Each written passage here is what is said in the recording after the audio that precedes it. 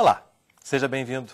São 13 horas, 1 minuto, está começando mais um Sala de Convidados, um programa do Canal Saúde da Fundação Oswaldo Cruz. Toda semana a gente conversa ao vivo sobre saúde, qualidade de vida e políticas públicas. E como sempre, você é o nosso principal convidado. Participe, envie perguntas e comentários pelo chat canalsaude.fiocruz.br ou ligue 0800 701 8122, ligação gratuita.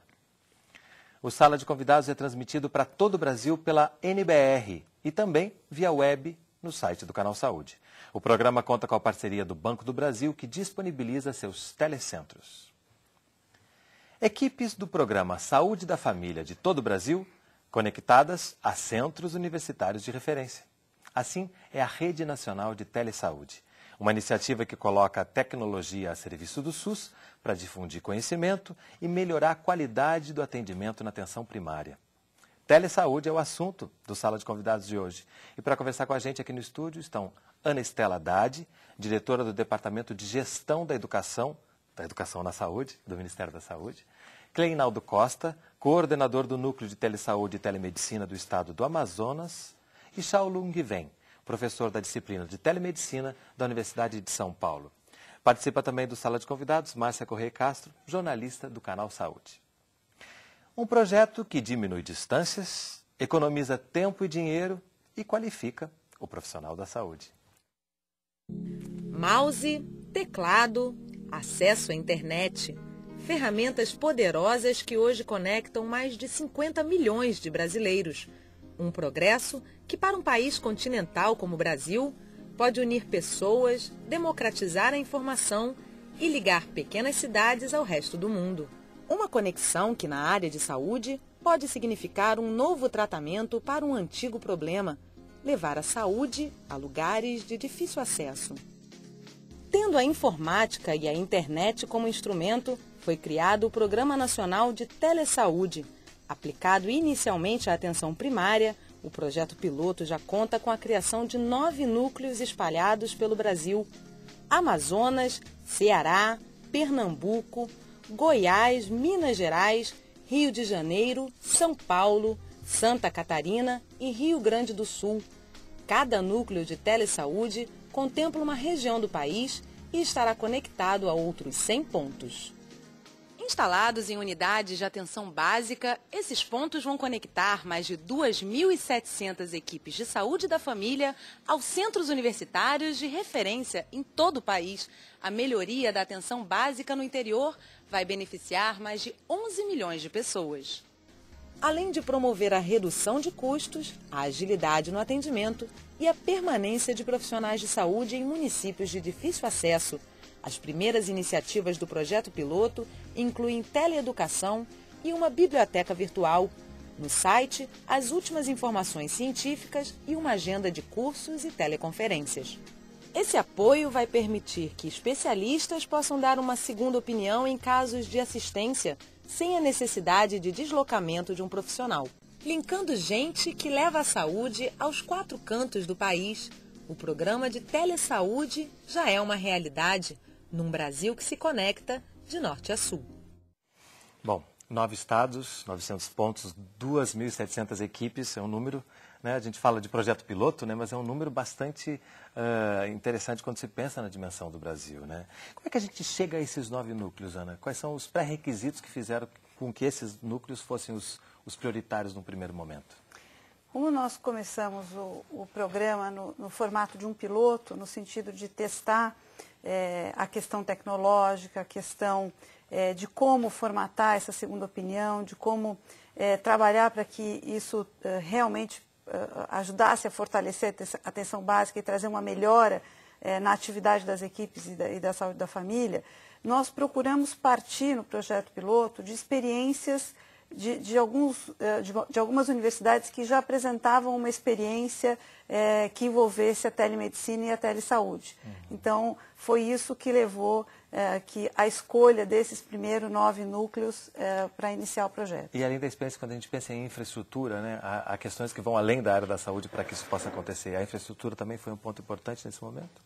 Sem dúvida, a gente na hora de trabalhar para a escolha dessas universidades e também de escolher as unidades básicas de saúde que entrariam nesse momento do piloto, a gente procurou trabalhar como um dos critérios de escolha locais onde a gente já tivesse alguma infraestrutura de conexão com a internet para que a gente realmente não tivesse que sair do nada. E Cleinaldo, quando a gente pensa no estado do Amazonas, a gente pode pensar também na dimensão de um projeto como esse, pelas distâncias, pelas dificuldades de acesso a alguns municípios? Com certeza, com toda certeza. É um desafio enorme do ponto de vista de logística, do ponto de vista de estratégia, mas é, sobretudo, uma experiência muito prazerosa de ser feita. Está ampliando qualidade de vida para uma população há séculos desassistida, que mesmo hoje, nesse momento que nós estamos vivendo, hoje é época de cheia no nosso estado, e é um momento de poderosa condição de apoio a essa população, uma ferramenta que nós não tínhamos até 4 anos atrás. Então isso hoje significa um impacto importante em qualidade de vida. Quando a gente ouve telesaúde e telemedicina, como é que a gente pode falar desses dois conceitos? Tchau. Bom, a telemedicina ela é um termo que foi utilizado de uma forma mais antiga, desde a década de 60, em decorrência da corrida espacial, da Guerra Fria. Então ele surgiu naquela fase, porque os Estados Unidos precisavam construir mecanismos que pudessem levar a saúde à distância. Mas na década de 90, a tecnologia começou a baratear, tanto na área de informática, quanto na área de telecomunicação. E começou a se ver que se poderia oferecer serviços de qualidade, usando as tecnologias da área de medicina, para todas as áreas de saúde. Então, eu acho que nós podemos dizer que a telesaúde seria as aplicações dos recursos de interatividade que eram aplicados originalmente na medicina, para todas as profissões que estejam relacionadas com a saúde. A outra visão que eu imagino que a telesaúde é a somação das excelências de cada profissão visando a desenvolver qualidade de vida para a população. Então, não é exatamente uma segmentação. É uma forma de você trabalhar com a tecnologia para unir o que há de melhor em cada profissão, dirigido a melhorar a qualidade de vida das pessoas. Quando a gente pensa também no Brasil, a gente não pensa só na dimensão, mas pensa também nas diferenças, né, na diversidade do país. E a gente pensando nesses 9 núcleos, há questões específicas que cada um núcleo exerce na hora de definir quem participa e tal? Há uma questão única? Como é que isso foi pensado? Sem dúvida nenhuma, quando a gente pensou em trabalhar na forma de um piloto, a gente também levou em consideração que se a gente comparar, por exemplo, a região norte com a região sul, nós poderíamos quase estar falando de 2 países completamente diferentes, em termos, desde a questão geográfica, cultural, em vários sentidos. Os desafios são... Então, o piloto também teve por objetivo testar a proposta que estava colocada em diferentes situações, né? Então, em alguns locais você tem um predomínio de locais urbanos e mesmo em locais urbanos, regiões remotas do ponto de vista de acesso de serem locais que estão isolados porque tem riscos, tem uma condição de risco social maior. E na região norte, o Dr. Cleinaldo pode atestar, mas nós estávamos planejando, por exemplo, a implantação de um dos pontos num município que tem o território do estado de Alagoas, né, cercado por onde o transporte é fluvial ou aéreo, né, e predomínio de uma população rural, totalmente espalhada pelo território do município. Então, os desafios são esses. Né? Como é que vocês estão enfrentando a questão da conectividade? Assim? Imagino que, principalmente na região norte, a gente sabe que tem esse problema. Esse é o nosso maior receio e o nosso maior desafio. O professor Jorge Bom, ele começa uma aula falando sobre telesaúde, telemedicina, onde ele diz que há 40 e poucos anos atrás, no advento da Zona Franca, já havia bancos trafegando informação diariamente daquela região para os centros de decisão do país. Isso não tem nenhum impacto no resto de qualidade de vida, no resto de oferta de conectividade para a população naquela região. Isso ainda é realidade até o dia de hoje. E esse era o maior obstáculo para o desenvolvimento desse nosso projeto. O piloto veio demonstrar isso com clareza. Nós tivemos perda de ações de solicitação de satélite da ordem de 61%. Então, quer dizer, conseguimos fazer todo esse trabalho, todo esse impacto com essa perda de conectividade enorme. E o Ministério foi muito sensível a essa condição, no momento da avaliação do piloto na nossa região. Então, o que está proposto para 2009 e 2010? A ampliação da conectividade como solução e implantação definitiva da telesaúde em toda a região amazônica.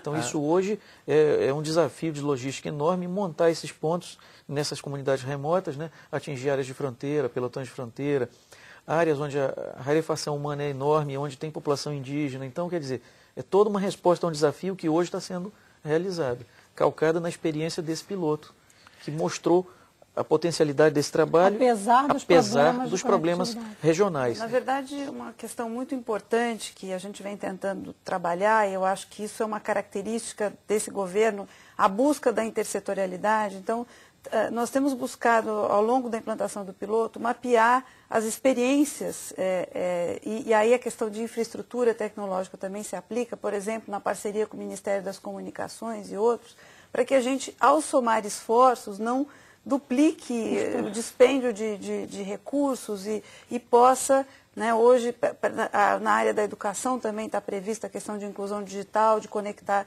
as escolas de educação básica. Então, tem uma série de estudos que a gente está buscando conduzir no sentido de encontrar alternativas nas diferentes regiões do país para resolver a questão, para a questão tecnológica realmente ser um caminho e não ser um entrave. E já que a gente está falando em conectividade, os estados de São Paulo, Rio de Janeiro, Minas Gerais, Rio Grande do Sul, Amazonas, Santa Catarina, Espírito Santo, Paraná, Bahia, além do Distrito Federal, estão conectados ao Sala de Convidados e há internautas em Portugal também conectados conosco. Opa. Portugal, que é um país tão pequeno, né, mas também pode levar essa experiência para lá. Tem uma pergunta que vem aqui de Santa Catarina, Joana Peixoto. O que os municípios devem fazer para participar do Telesaúde? Né, que eu acho que a gente já explicou aqui que os núcleos são um projeto inicial, a ideia é que se expanda, mas se há um município interessado, como é que ele pode proceder?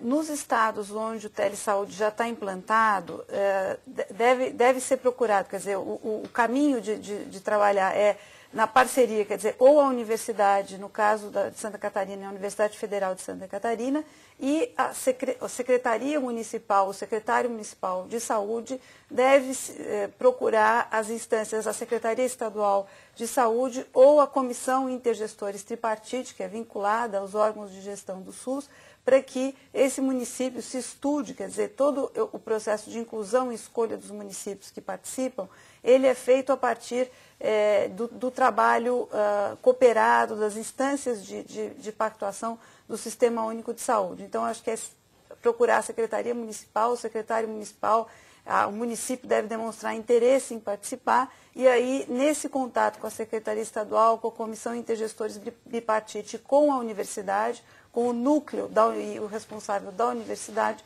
se constrói essa inclusão do município no projeto. Mas, além da inclusão do município no projeto, mesmo aqueles municípios que ainda não estão participando, podem, pelo menos, ter acesso à biblioteca virtual e à página, ao portal do Telesaúde Brasil, onde há também uma série de informações, as segundas opiniões estruturadas estão sendo colocadas e inseridas para atingir um maior número de equipes de saúde da família. É o www.telesaude.org.br. Telesaúde com 2 S, né? Telesaúde com 2 S. A gente vai colocando também, à medida que o programa vai acontecendo, a gente vai colocando o endereço. Falando agora de academia, né? Então, são 9 centros de referência, universidades federais, que estão, nem sempre federais, né? Estaduais também, né? Isso. Mas são universidades que são centros de referência, que estão num ponto... o Carlos Gomes de Porto Alegre pergunta, o Telesaúde é também uma forma de aproximar mais a universidade do SUS? Quando a gente pensa muitas vezes que essa distância existe, né, a gente vai detectando isso. O Telesaúde também vem contribuir para que a gente diminua essa distância? O que eu vejo é uma grande magia, que é o seguinte, é aproximar a universidade que tem o mundo acadêmico da realidade, da necessidade do dia a dia da população.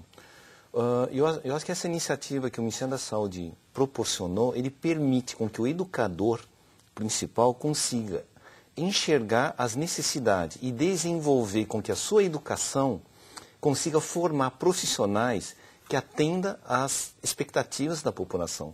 É o que nós chamaríamos de contextualização da educação. é não fazer uma educação baseada apenas numa visão de uma grade formativa, mas é adequar e modernizar a educação de uma forma tão dinâmica de acordo com as necessidades de cada região. Tá? Então, esse eu acho que é a maior contribuição que a academia, juntamente com o projeto de telesaúde, podem fazer em conjunto. Vocês diriam que o telesaúde ele já está atuando também na área de promoção da saúde, ou a gente, porque assim, quando a gente fala em telemedicina, a gente tem muita clareza, imagina exatamente o que seja, coisa da segunda opinião. A gente já pode dizer que a gente também está trabalhando com a promoção da saúde através desse mecanismo? Esse projeto ele tem um foco importante, que é o apoio à atenção primária. Então, isso é uma coisa que norteou o início desse projeto. E é um aspecto belíssimo do projeto, por quê? Porque contempla a noção da teleassistência, o papel da teleassistência na condução desse projeto. E isso aproxima a academia também, por outro lado, porque, volta à pergunta anterior, torna mais claro para quem formula a política de formação a noção da necessidade da população. Então, isso aí estreita esse laço, estreita esse vínculo, aproxima a escola da realidade. Então, isso é fundamental. E ele vem focado nessa questão de assistência desde o princípio, mas nunca desvinculado do outro papel importantíssimo, que é a teleeducação. Então, ao mesmo tempo que qualifica o profissional lá na ponta, melhora a resposta desse profissional na ponta, pela segunda opinião formativa, ele permite também uma qualidade de atenção melhor na teleassistência. Eu queria fazer 2 exemplos que eu acho importantíssimos. Por exemplo, a telesaúde não aborda só a doença. Então, vou dar um exemplo do diabetes. Diabetes e amamentação. O projeto de telesaúde do Ministério da Saúde proporcionou, pela primeira vez, a construção de uma abordagem multiprofissional. Por exemplo, diabetes tem uma questão médica, tem uma questão de enfermagem, tem uma questão de nutrição, tem uma questão de educador físico, exercício físico. Tem uma questão de odontologia. Quem diz que o diabético também não tem problema odontológico. Então, por exemplo, nós estamos desenvolvendo um programa de abordagem de portadores de diabetes sob uma visão multiprofissional. Então, aí sim nós estamos mostrando a verdadeira realização da telesaúde. Você aproxima não ao nível de uma doença que é a aplicação de insulina, ou o uso de hipoglicemiante. Você está preocupado com a qualidade de vida da pessoa. Um outro exemplo para sair da ideia de doença é a amamentação. A amamentação não é apenas o aleitamento. O aleitamento é o desenvolvimento preparatório da dentição, do desenvolvimento da musculatura bucal por causa da comunicação, da qualidade da nutrição que a criança vai ter, da parte imunológica. Então, também está sendo desenvolvida essa abordagem. Então, quando você perguntou sobre o desenvolvimento para a saúde, sim, e agora isto é o bom exemplo do compartilhamento de excelência. Então, a amamentação é um desenvolvimento multiprofissional e diabetes também é um outro tipo de desenvolvimento multiprofissional. Bacana, são exemplos bem práticos, a gente consegue visualizar. Tem aqui uma pergunta da equipe do Telesaúde do Rio Grande do Sul. Como o Ministério da Saúde vê o papel do médico de família e a adequação de conteúdos de teleeducação à realidade da atenção primária? Acho que essa é uma questão bastante importante que vem sendo trabalhada no Telesaúde, e não só no Telesaúde, mas numa outra ação do Ministério da Saúde nessa área, que é a Universidade Aberta do SUS. Quer dizer, é a preocupação, quando a gente fala de atenção básica e de atenção primária à saúde, nós estamos falando de todo um conceito, e não só um conceito, mas uma área do conhecimento que vem se desenvolvendo de forma muito, que se desenvolve, que está consolidada de uma forma muito importante no mundo, que tem se consolidado no Brasil, e que tem uma complexidade, né? Então, você trabalha desde a promoção da saúde, a prevenção de doenças, a reabilitação, a prevenção de danos, num processo em que você trabalha o território, você trabalha uma cobertura de população, não só o atendimento àqueles que te procuram, mas a preocupação com toda uma população. E esse modelo de atenção que está colocado no Sistema Único de Saúde, baseado na atenção básica, então, de certa maneira, apoiado no médico de família e na especialidade de saúde da família, ele precisa trabalhar partindo desse cabedal de conhecimentos e não, às vezes, ter o cuidado da gente não trabalhar com a segunda opinião diretamente com o especialista focal, porque nem sempre a lógica do diagnóstico e do tratamento, até da solicitação de exames, vai atender esse modelo e a resolubilidade e o custo-benefício que essa questão traz. Nesse sentido, a gente está trabalhando já no Telesaúde, e em vários núcleos isso já está acontecendo, e a gente está ampliando a questão de ter um sistema de regulação dessa segunda opinião. Quer dizer, a segunda opinião ela precisa levar muito em consideração a lógica da atenção básica, aquilo que está disponível e à mão na unidade básica de saúde para fazer aquele atendimento. Nem sempre aquilo e a realidade que se tem num hospital, ou num centro, num serviço de alta complexidade vai estar disponível na unidade básica de saúde. Nem por isso a gente vai deixar de fazer um bom diagnóstico e ser resolutivo e encaminhar, claro, para o centro de referência aqueles casos que demandam uma tecnologia mais de alta densidade para esse atendimento. Mas então existe essa preocupação e ela está sendo trabalhada dentro do programa. Para falar um pouquinho também de prática, assim, como é que funciona, né? Essa consulta que se faz a esses centros de referência ou profissionais, ela é feita online, por texto, com imagem? Como é que a gente pode deixar claro para quem está nos assistindo? Tem várias situações, né, que podem ser usadas em vários recursos. Naturalmente, eles estão focados no melhor benefício, obviamente no menor custo possível. É possível ser feito como um chat, como você tem agora nesse momento, Renato. A pessoa vai entrar e vai colocar a sua dúvida, o que está precisando, que necessidade tem. Naturalmente, sendo um ato médico, isso acontece de médico para médico. Mas existe, por exemplo, uma questão de vacinação que uma equipe que está estruturada, uma equipe de saúde da família, questiona, o enfermeiro quer saber de um outro grupo de enfermagem como procederia. Isso é perfeitamente plausível. Um auxiliar de gabinete dentário tem uma dúvida quanto a um procedimento padrão. E ele questiona esse procedimento, vai ser respondido. Então, assim, pode ser pelo chat, pode ser pelo cyberambulatório. Como é que é isso? Eu vou colocar o caso clínico e vou enviar num contexto que é o cyberambulatório, e uma equipe vai receber essa documentação. Eu tenho um médico de saúde da família que vai receber em primeira mão essa solicitação e naturalmente vai orientar, baseado em evidências, qual seria a melhor resposta para essa condição. E tem um prazo útil para devolver essa resposta. Se for uma coisa letiva, tem um prazo aí de 3 dias úteis que estaria razoável.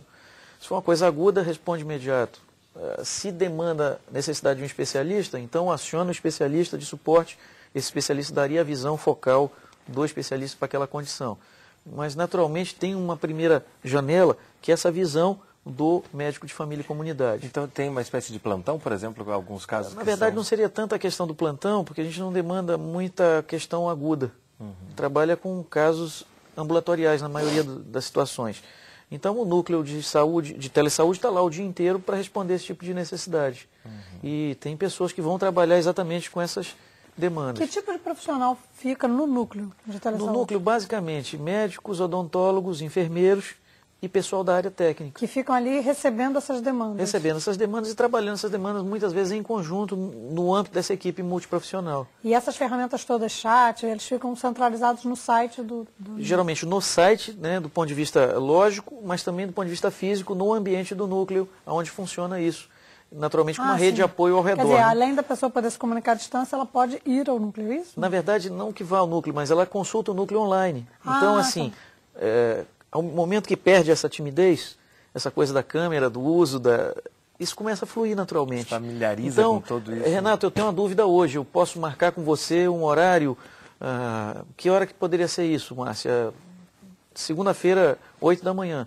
É um caso de dermatologia. Perfeito. Então, naquele dia, eu tenho um horário específico na grade em que eu vou fazer essa consulta online contigo.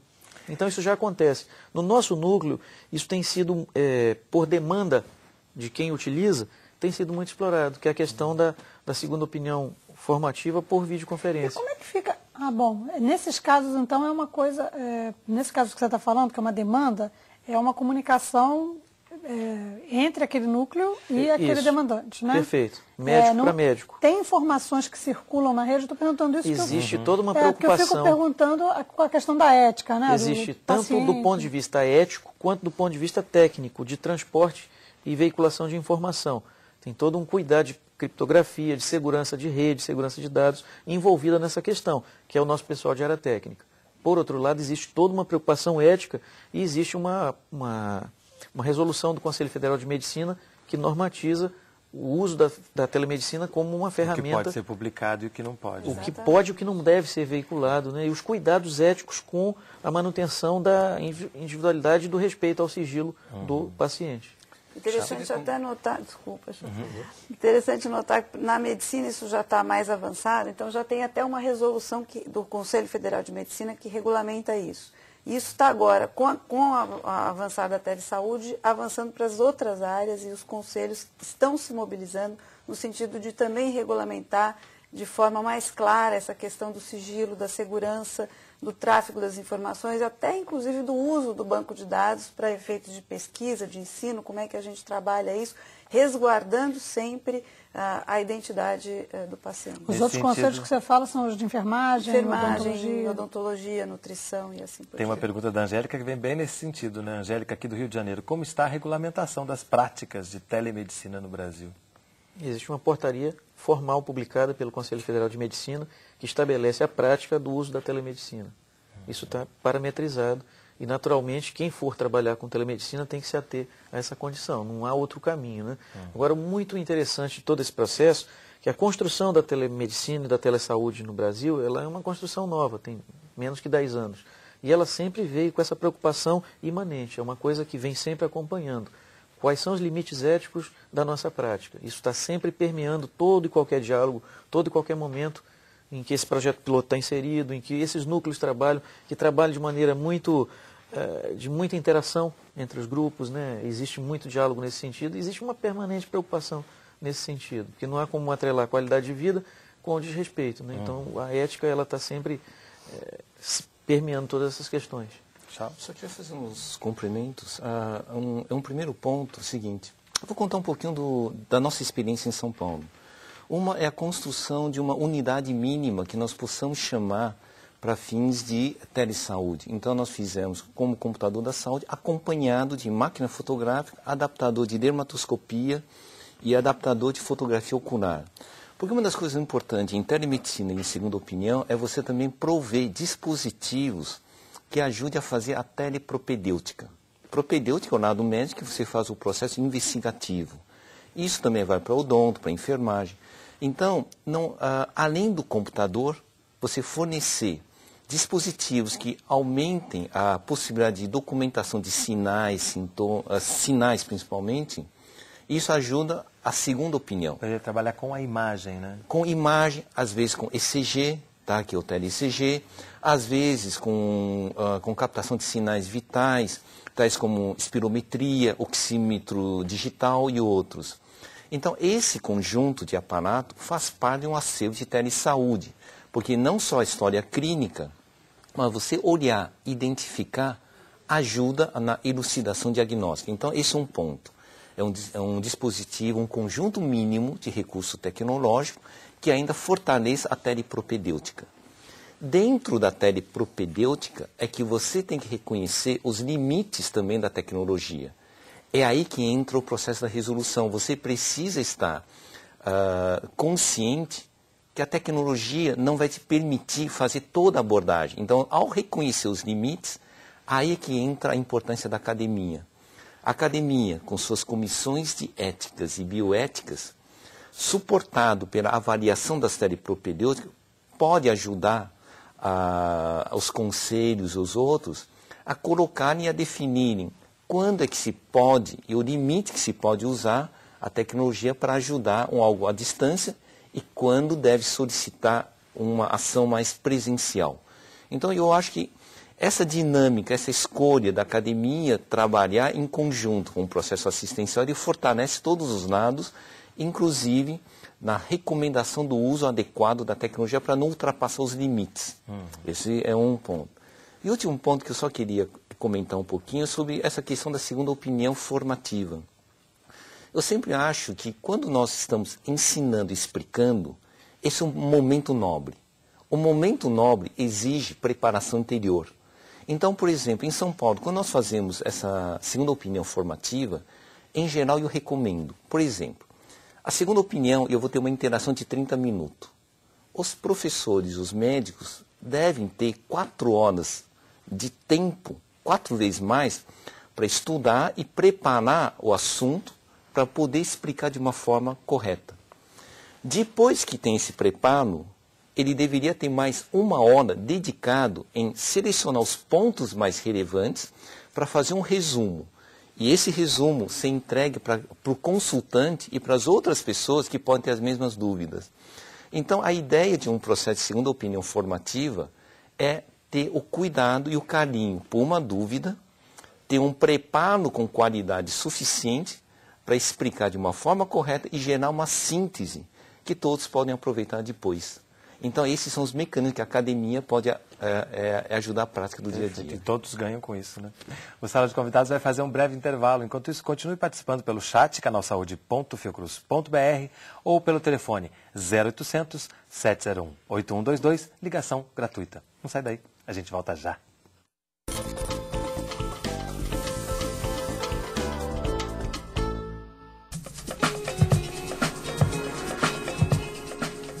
Para mim, a saúde, acima de tudo, é o primeiro passo da vida. É ser feliz. Uma boa alimentação balanceada. É viver bem, não se estressar muito. Quem trabalha que tem mais saúde. Direito a lazer, direito à segurança, direito à educação. É fazer exercício, é se alimentar bem. Não beber. Comer bem, viver bem, dormir bem. Saúde é vida, saúde é tudo.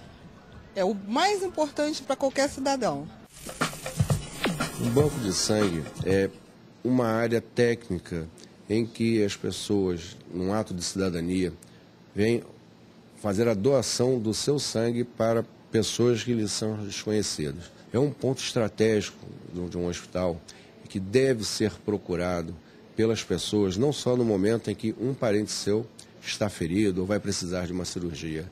É algo em que qualquer cidadão deve mesmo procurar, porque nós precisamos o tempo todo desse ato de amor, desse ato de solidariedade.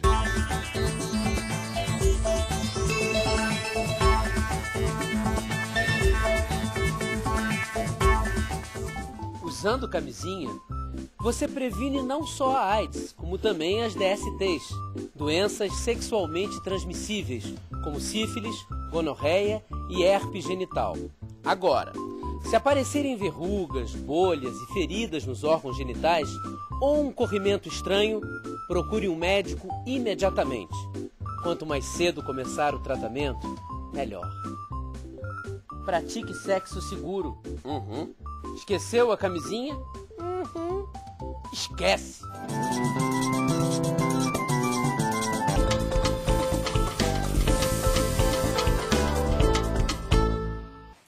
O Sala de Convidados está de volta conversando sobre o Programa Nacional de Telesaúde.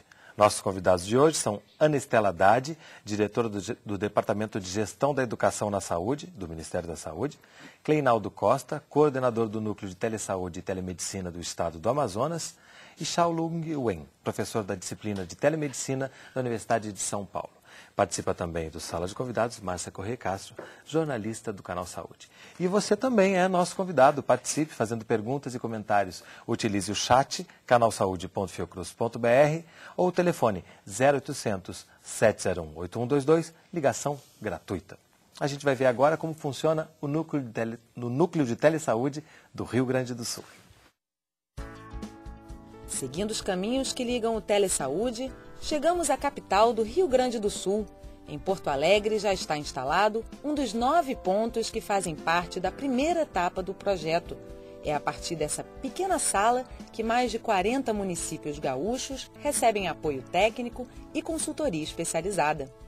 Para serem incluídos no programa de Telesaúde do Rio Grande do Sul, os municípios precisam obedecer a alguns critérios, ter no máximo 100 mil habitantes e baixa rotatividade dos profissionais de saúde da família são 2 desses requisitos. A gente tem, na verdade, 2 fases do projeto aqui no estado. Na primeira fase, os municípios tinham que ter grande cobertura do saúde da família, então pelo menos 70% da população deveria ser coberta pelas equipes de saúde da família do município. E está nessas equipes a grande motivação do Telesaúde. Profissionais antes isolados em pequenas cidades encontraram na consultoria virtual o apoio que faltava para garantir bons resultados na atenção básica. As pessoas que estão no interior do estado, em municípios com 3.000, 4.000 habitantes, têm utilizado esse recurso como forma de dividir suas angústias pessoais também, além de qualificar o trabalho médico, de enfermagem, de odontologia, de psicologia. Oi, Diane, tudo bem? Eu recebi a tua solicitação, viu? Como estão todos aí? Nessa estrada, um exemplo de como a tecnologia pode diminuir a distância entre um centro de referência e as comunidades do interior. O percurso de mais de 1 hora entre Porto Alegre e Charqueadas é feito em 1 minuto. Oi, Raquel. Oi, tudo bem? Tudo bem. Tá me ouvindo bem também?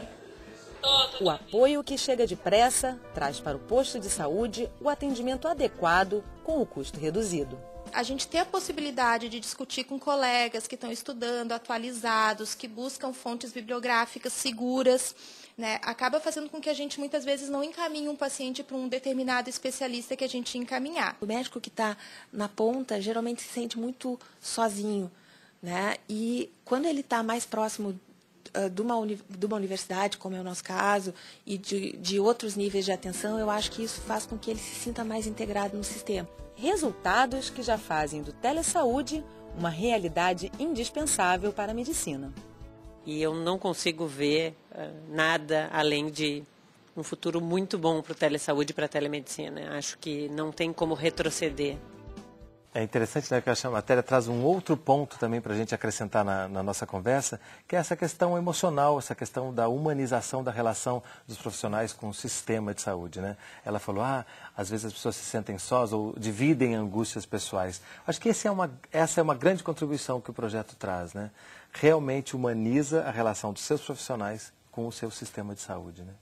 O sistema deixa de ser um ente, né? Uma coisa para virar uma relação com alguém. Vocês percebem isso na prática, no dia a dia, tanto de São Paulo quanto do Amazonas? Esse retorno que as pessoas dão, das que estão na ponta, para quem está nos núcleos? Com toda certeza. Não só a questão da manutenção e da formação do núcleo lá na cidade, no local, mas o fato do profissional interagir com um grupo mais amplo. E não interage só com o centro, com o núcleo central, com a universidade, mas interage entre outros núcleos de outras cidades. E essa troca de experiência ela é muito importante. Por isso rede, né? Isso acontece Acontece a miúde, e as pessoas percebem não estar mais sozinhas. E com a questão da segunda opinião formativa, percebem que essas angústias são comuns. Um caso que está elucidado e que está bem demonstrado, não só do ponto de vista do resolver, do tratar, mas do explicar como diagnosticar, como fazer, como tratar. Essa informação ela permeia as várias cidades que têm o apoio da telesaúde. Então, um profissional que está acompanhando, por exemplo, uma segunda opinião formativa, ele percebe o como fazer daquele processo ali, aquilo passa a fazer parte do seu próprio acervo de resposta. Então, isso dinamiza a qualidade de vida naquela região. Não só naquele doente atendido, não só naquela cidade onde houve a solicitação, mas no resto do grupo que acompanha, que participa desse processo. Então, ele tem um aspecto assistencial e tem um aspecto formativo acontecendo em paralelo. O fato do profissional recém-formado não estar sozinho, não estar isolado, o fato, por exemplo, do médico que sai pelas Forças Armadas para atuar na fronteira, se saber apoiado, isso faz uma diferença enorme. Isso dá tranquilidade para o profissional, dá segurança para quem está sendo atendido. E tem mais um aspecto importantíssimo, né, que isso diminui custo, né, otimiza custo. E se falou, lembro que a primeira matéria fala também que ajuda na permanência desse profissional. Do profissional, interior, lógico, mais apoiado. Tem uma questão, quer dizer, é um problema que há muito se tenta buscar soluções.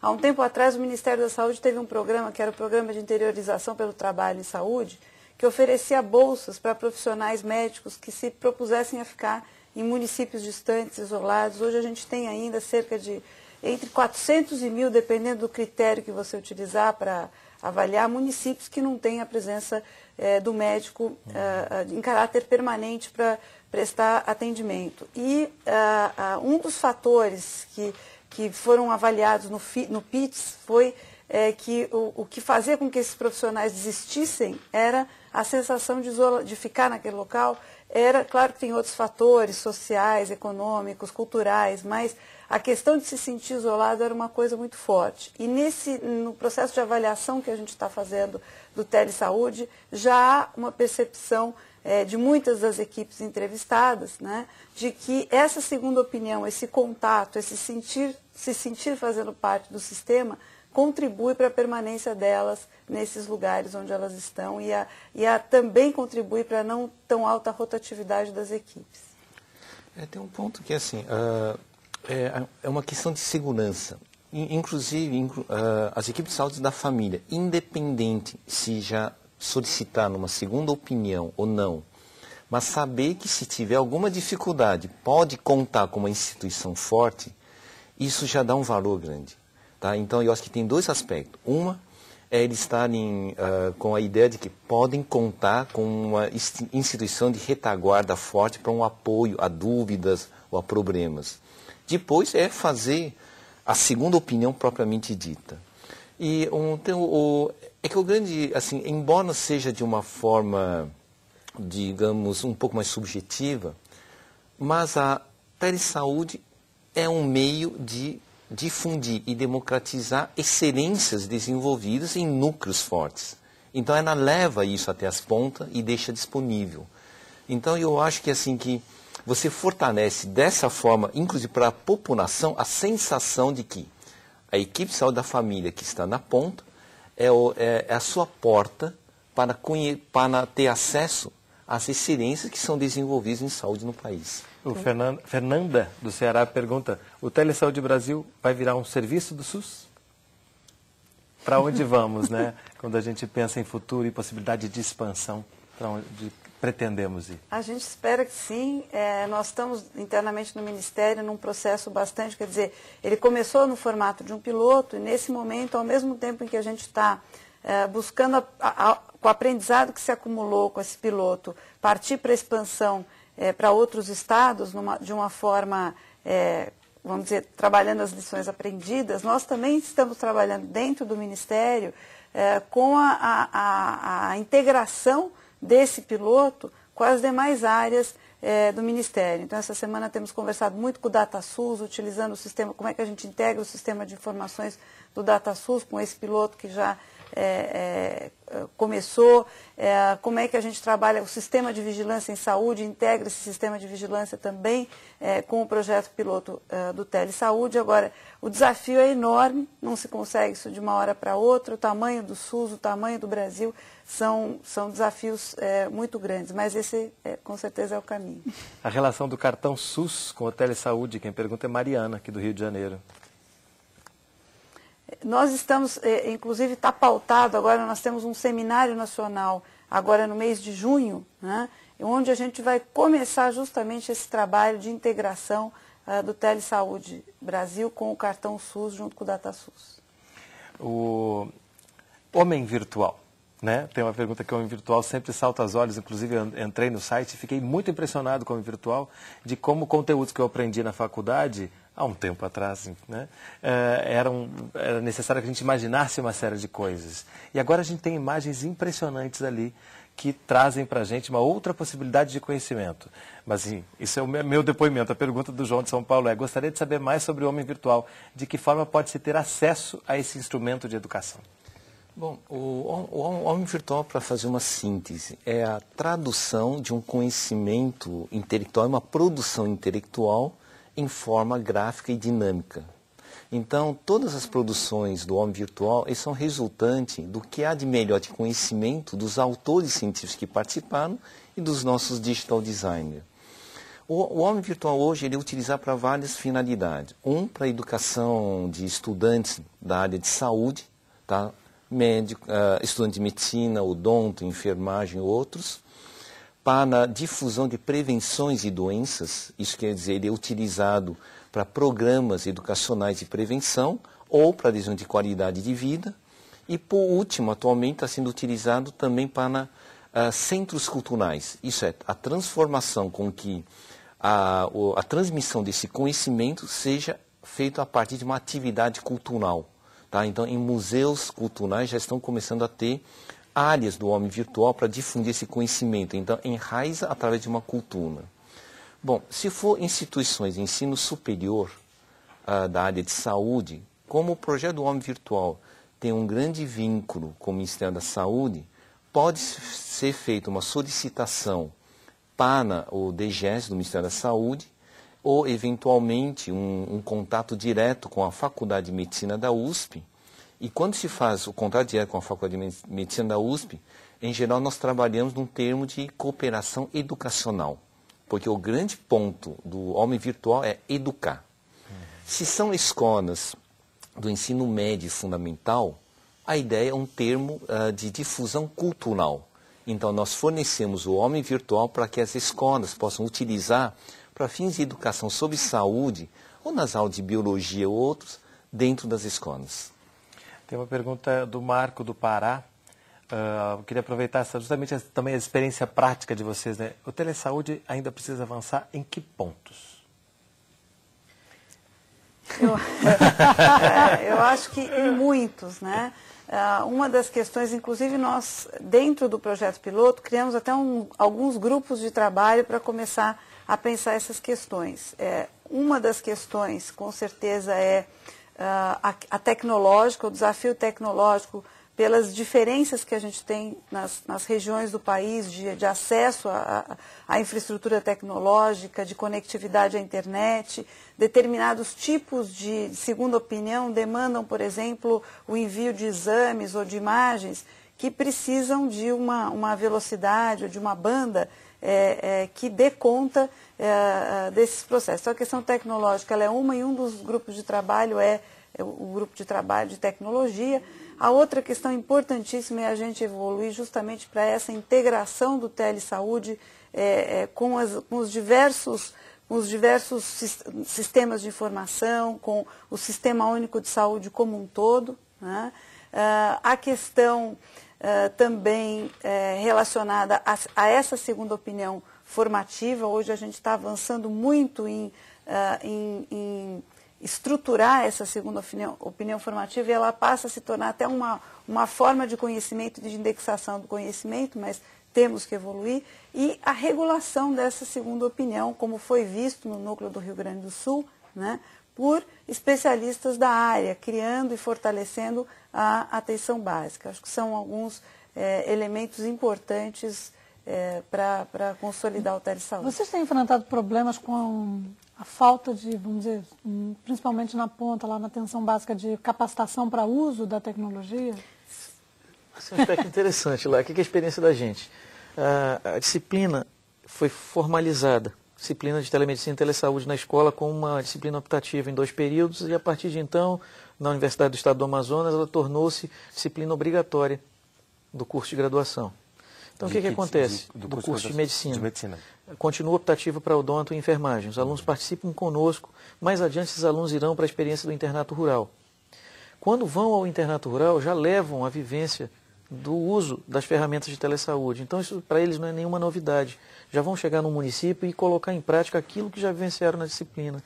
Isso tem sido um elemento interessante de interiorização, porque esses alunos depois voltam, uma vez graduados, e ficam no município. Então, nossa taxa hoje de inserção de profissionais no interior tem aumentado dos nossos alunos egressos que passaram pela experiência do uso dessas ferramentas da telesaúde. Mas e no momento da implantação, vocês enfrentaram isso? Com certeza. Nós passamos um ano inteiro, do primeiro ano de implantação do piloto, um dos desafios foi o treinamento e capacitação das equipes. Primeiro, a questão de você ter nos locais afastados um técnico, uma pessoa que tenha conhecimentos mínimos da tecnologia, que possam, no momento em que você tem uma falha, né, em contato, às vezes telefônico, lá com o núcleo de telesaúde e com o coordenador de tecnologia lá do núcleo, resolver esse problema. Quer dizer, uma das lições aprendidas, a gente pode dizer, né, é que a tecnologia na ponta, ela precisa ser de simples uso, ela precisa ser fácil, ela não pode ser um empecilho para que a comunicação aconteça, né?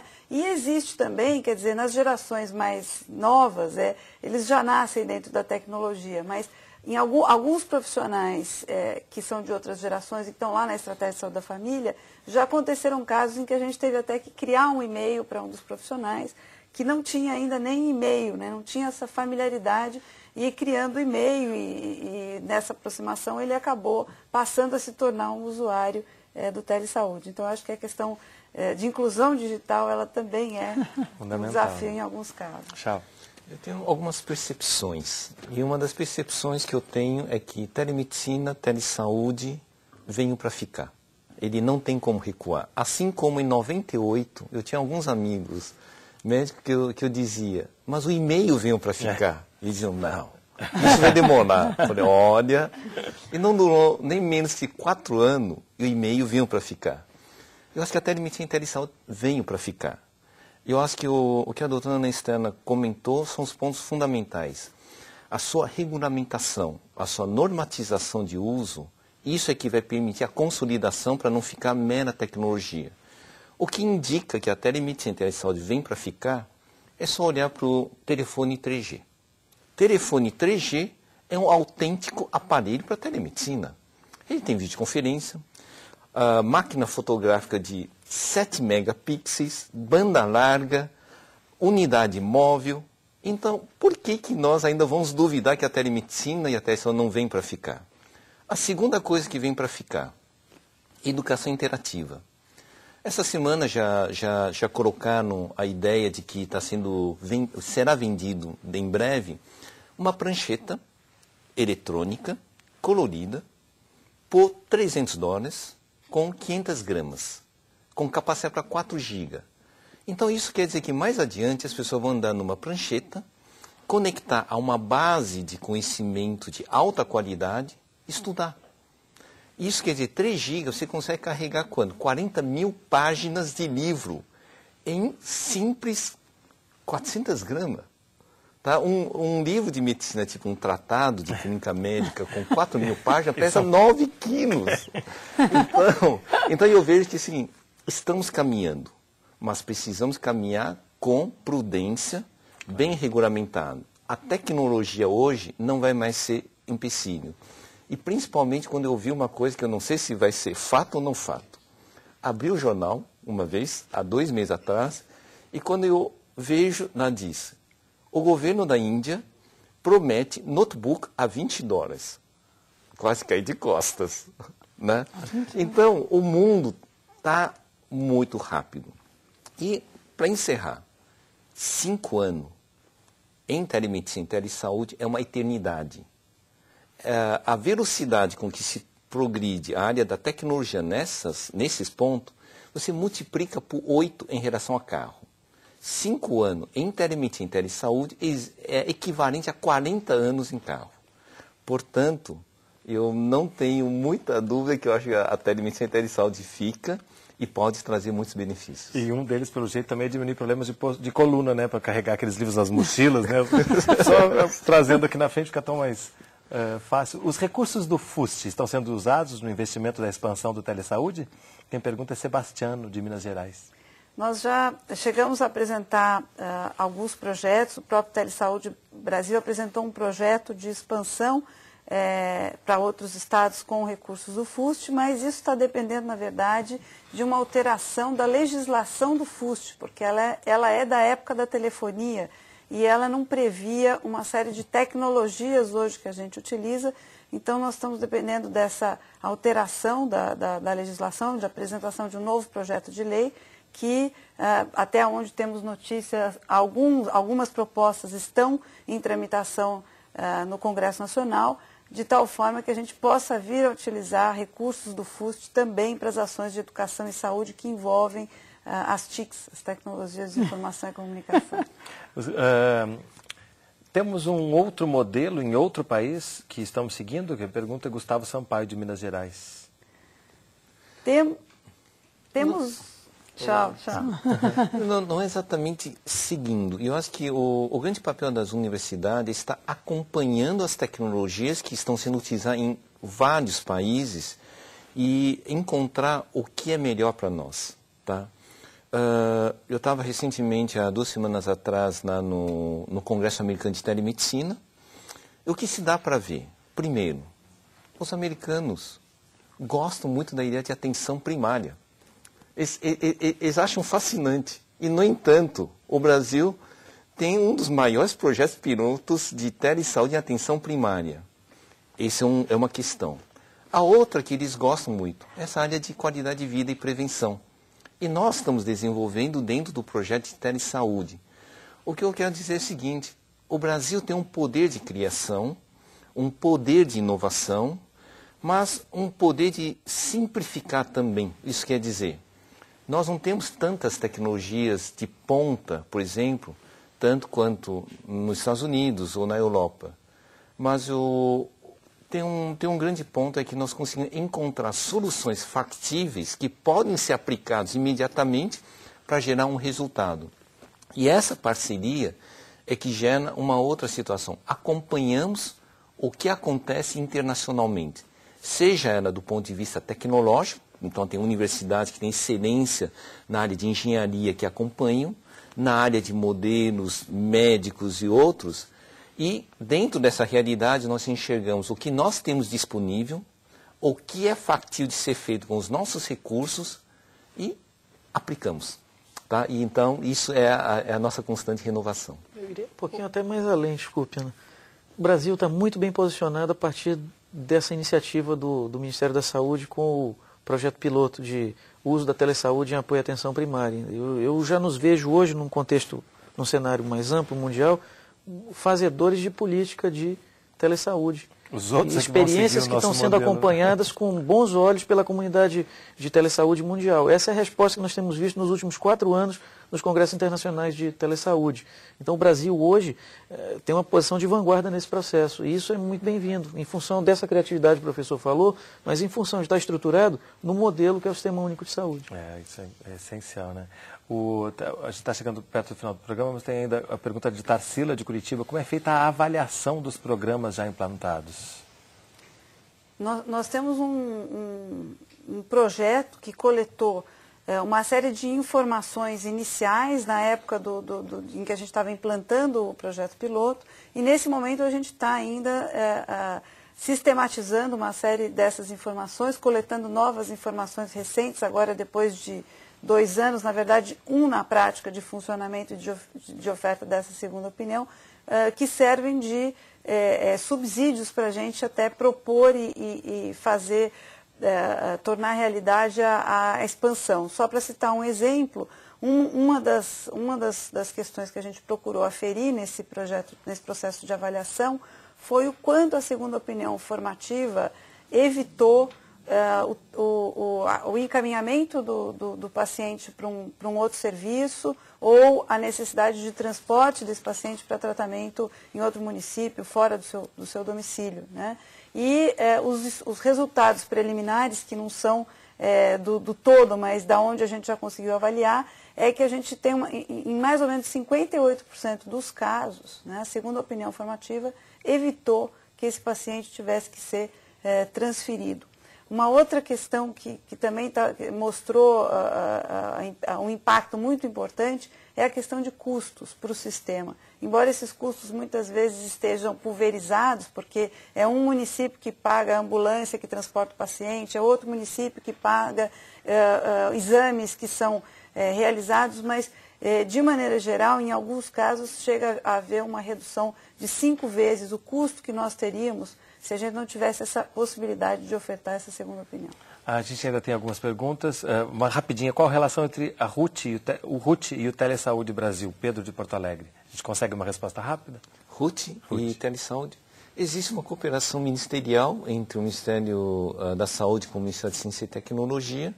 E a RUT é uma das grandes plataformas do backbone. O backbone significa a interligação do centro, dos núcleos, do centro universitário para interação em banda larga.